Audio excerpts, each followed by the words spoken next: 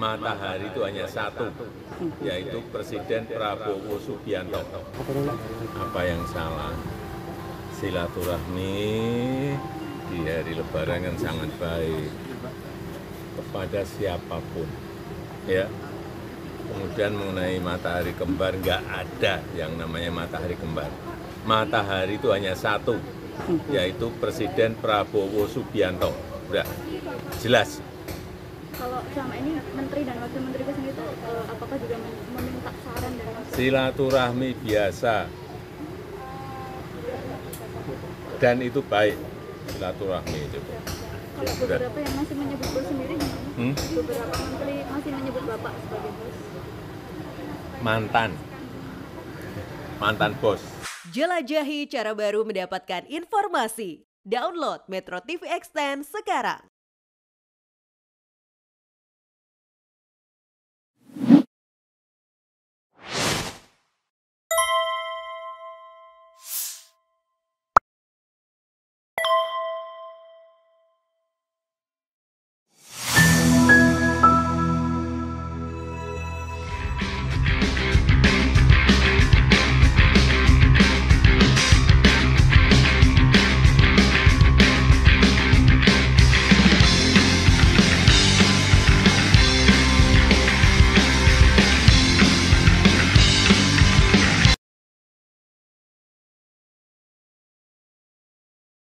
Sudah ada peringatan-peringatannya beberapa kali dan mereka menyampaikan begini jangan terlalu, bahkan cara terbuka dia ngomong jangan terlalu keras, katanya jangan serang-serang terus. Jadi artinya kan mereka melihat saya itu tidak bisa diredam begitu. FPI juga tetap bergerak. Akhirnya kesimpulan mereka, analisis intelijennya itu bahwa ini FPI harus dimatikan dengan cara diteroriskan. Lebih kurang hampir 10 hari lah ya, tidak diapa-apain juga sebetulnya. Di lantai, tangan di borgol, mata ditutup full 24 jam dan plus kaki dirantai juga.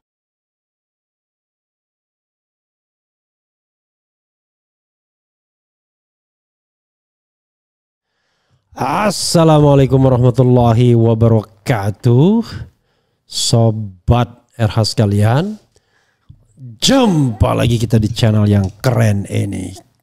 Keren jadas.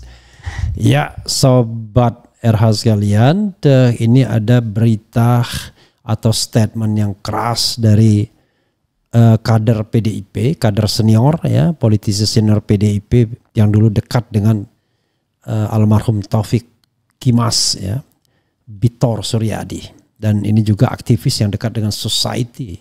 Bahkan Bitor ini ikut juga dalam kunjungan TPUA ke Solo dan Jogja, walaupun dia bukan bagian dari TPUA tapi aktivis yang ikut serta ya. Beliau sering hadir kalau dalam kegiatan-kegiatan aktivis ya, luar biasa nih orangnya. Memang karena di PDIP sendiri beliau tidak lagi menjadi inner circle atau bukan lagi inner circle, karena itu jauh lebih lincah dalam mengemukakan statement publik. Dan ini statementnya ngeri-ngeri sedap. Dia minta agar Jokowi dikenakan pasal yang tidak tanggung-tanggung ya, pasal tentang penipuan. Jadi kalau kita misalnya bicara mengenai sehina-hinanya, direndahkan serendah-rendahnya, ini jauh lebih rendah, lebih hina ya daripada dibilang yang lain. Jadi Bitor Suryadi, coba kita bacakan ya apa yang disampaikan oleh Bitor Suryadi ini.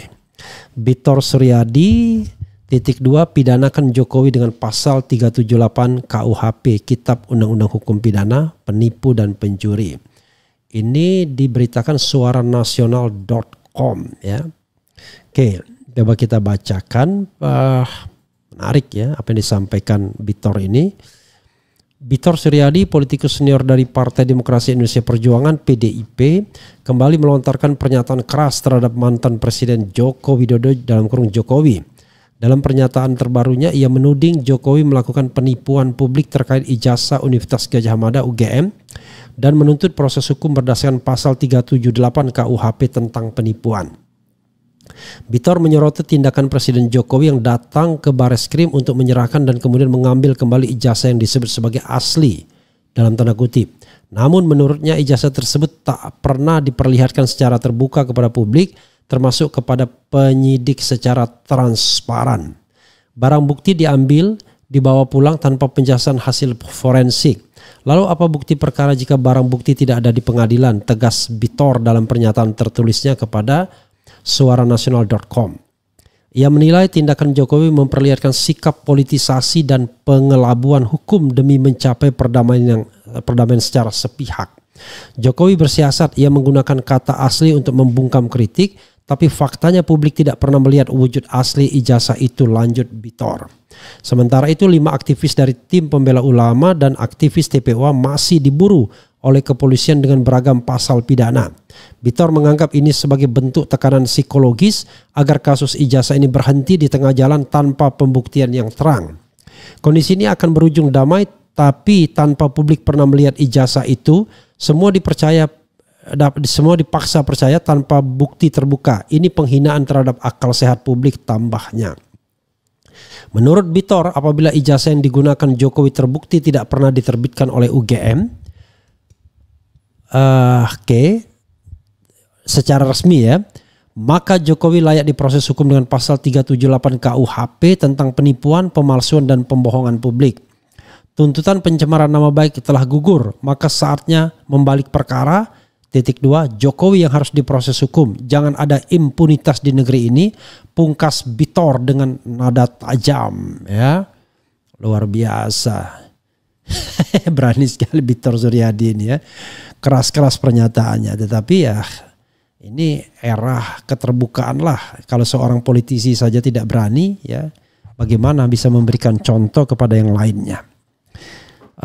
Dan kalau kita lihat Sobat Era sekalian, bunyi pasal 378 KUHP itu adalah barang siapa dengan maksud untuk menguntungkan diri sendiri atau orang lain dengan melawan hak, dengan memakai nama palsu atau martabat palsu, dengan tipu muslihat atau dengan karangan-karangan akal-akal, dengan sengaja menimbulkan suatu keraguan atau dengan memakai kekebalan yang menyesatkan yang mengakibatkan kerugian pada orang lain, dihukum karena penipuan dengan pidana penjara paling lama 4 tahun. Ya. Jadi Sobat Era sekalian, bahasanya memang agak jelimet, tapi intinya adalah pasal penipuan. Siapa yang ditipu? Publik. Siapa yang dirugikan? Publik juga. Kok publik rugi? Iyalah minimal pendukung Prabowo pada 2019 dan 2014 kan. Kalau ijazahnya tidak palsu, kan mestinya dia kalau ijazahnya dibilang palsu dari awal, kan dia tidak bisa berkompetisi. Maka peluang Prabowo untuk menang besar. Nah ini kerugian yang didapatkan oleh publik. Tapi kan Prabowo menang, nggak ada hubungannya sekarang ini. Yang dikaitkan adalah hubungan di dalam ruang publik, bukan private sphere tapi public sphere, ya, public space, yaitu kita sebagai warga negara yang memiliki the right to vote, hak untuk memilih. Karena kita punya the right to vote, maka kita berhak atas pemilu yang jujur dan adil. Pemilu yang luber dan jurdil, langsung, umum, bebas, rahasia, jujur dan adil. Pemilu yang luber dan jurdil itu adalah pemilu yang memenuhi segala tata cara, ketentuan peraturan perundang-undangan dengan sebaik-baiknya dan seluruh-seluruhnya. Bengkok sedikit ya, sepanjang itu bisa dipertanggungjawabkan, boleh saja. Sebagai contoh, aturan yang mengatakan bahwa yang namanya surat suara harus datang sehari sebelum pemilihan atau pemungutan suara. Tiba-tiba tidak datang, datangnya pada hari H. Nah, itu tidak sesuai dengan undang-undang, tetapi itu bisa dimaafkan, bisa dimaklumi karena untuk tujuan yang lebih besar ketimbang menegakkan aturan jadi tidak bisa pemungutan suara. Jadi saudara sekalian, itu satu varian lah ya. Yang jelas yang diterapkan adalah pasal 263 mengenai penggunaan dokumen palsu ya. 263, 264 dan 266. Jadi itu tuntutannya itu lebih gede malah dibandingkan penipuan. Jadi kalau Bitor bicara penipuan, ini kalau diterapkan 263 itu bisa lebih besar hukumannya, karena penipuan penggunaan itu lebih besar ancaman hukumannya. Itu kalau pasal 263 KUHP, barang siapa membuat surat palsu ya, atau memalsukan surat yang dapat menimbulkan sesuatu hak, perikatan atau pembebasan utang atau yang diperuntukkan sebagai bukti daripada sesuatu hal dengan maksud untuk memakai atau menyuruh orang lain memakai surat tersebut seolah-olah isinya benar dan tidak dipalsu, diancam jika pemakaian tersebut dapat menimbulkan kerugian karena pemalsuan surat dengan pidana penjara paling lama 6 tahun. Malah 6 tahun ini ya. Diancam dengan pidana yang sama barang siapa dengan sengaja memakai surat palsu atau yang dipalsukan seolah-olah sejati jika pemakaian surat itu dapat menimbulkan kerugian. Ya, oke. Jadi sobat RS sekalian, ada membuat surat palsu atau memalsukan surat. Membuat palsu atau memalsukan. Jadi kalau memalsukan surat itu ada yang aslinya dipalsukan. Tapi kalau membuat palsu nggak ada yang aslinya. Nah, dalam konteks UGM ini ya, ijazah S1 Jokowi, tudingannya yang benar adalah membuat palsu. Ya, jadi yang ada, yang tidak ada diadakan. Itu tudingannya atau azas praduga tak bersalahnya ya. Dan ancaman hukumannya lumayan 6 tahun. Jadi kalau Bitor bicara pasal penipuan hanya 4 tahun, ini lebih lebih besar lagi apa yang diproses oleh Bareskrim Mabespori. Tetapi jangan lupa proses ini berlangsung ketika sudah ada pengaduan tanggal 30 April oleh Presiden Jokowi. 30 April lah, ijazah SMA Jokowi 30 April juga. Ya saudara sekalian, itu yang bisa kita share ya, Bitor Suryadi ini.